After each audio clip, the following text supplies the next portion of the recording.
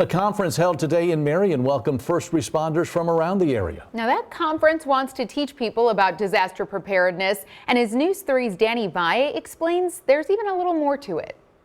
Now, the event is called Weathering the Storm, and when you come here, you can expect to hear seminars and sessions about responding to certain events, such as the Mayfield tornado.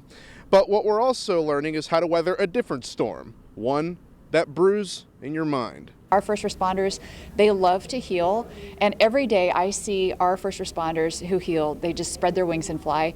Mental health can easily fly beneath a first responder's radar. That's why Dr. Tanya Glenn, the conference's keynote speaker, dedicates her life to mitigating first responders' PTSD. Between home life and work life, what we have to do is we have to 100% focus on the resilience of our first responders to make sure that they can continue in their careers. AirEvac is one of those careers. Outside, they showed us how to create a safe and proper landing zone. The flatter the land, the better.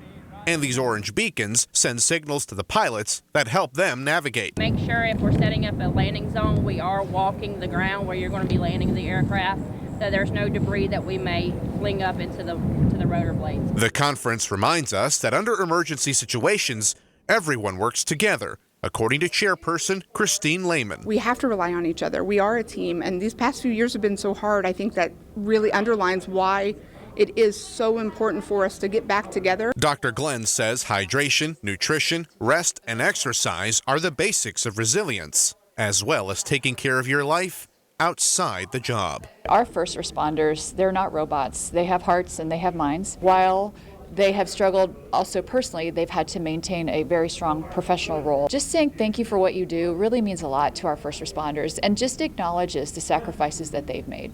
In Marion, I'm Danny Valle, News 3.